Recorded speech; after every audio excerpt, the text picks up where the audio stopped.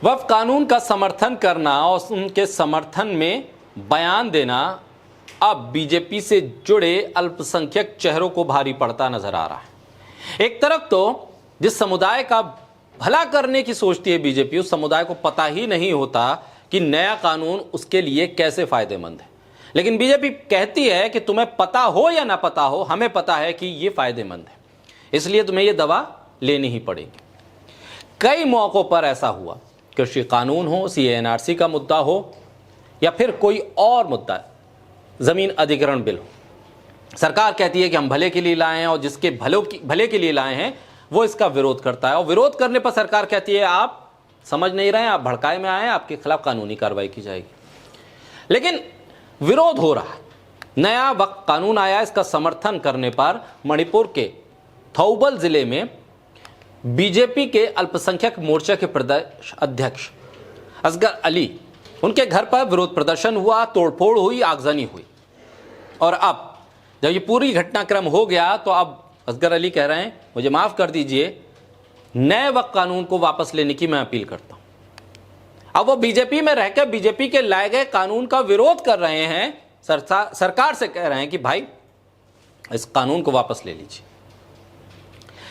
North east में ये अपने तरीके का एक बड़ा आंदोलन है, लोग सड़क पर उतरे हैं। इस तरह का आंदोलन अभी नॉर्थ इंडिया में दिखाई नहीं दे रहा है, लेकिन नॉर्थ ईस्ट में इसकी शुरुआत हो गई है। बीजेपी नेता के घर के बाहर भी भीड़ इकट्ठा हुई, तोड़फोड़ की गई।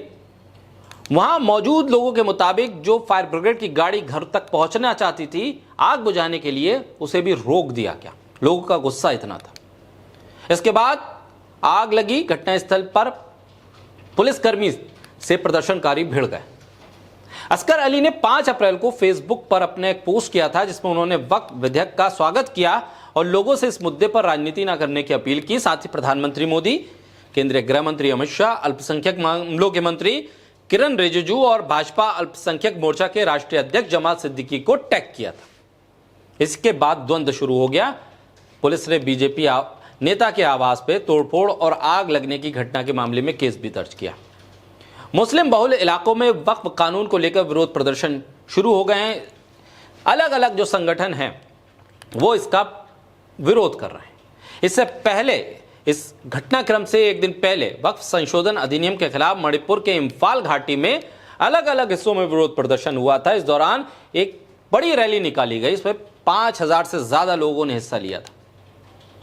लोगों ने विशाल रैली निकालते हुए लीलोंग में राष्ट्रीय राजमार्ग 102 पूरी तरह से रोक भी दिया था। सवाल यह है कि बीजेपी अपने ही संगठन में काम करने वाले नेताओं को यह समझा नहीं पा रही है कि वो कैसे इस बिल को डिफेंड करें।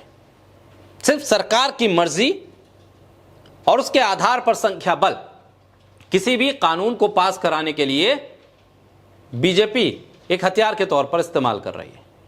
लेकिन इस कानून की जरूरत क्यों है, इस कानून से किसका और कैसे भला होगा, यह वो समझा नहीं पा रही है।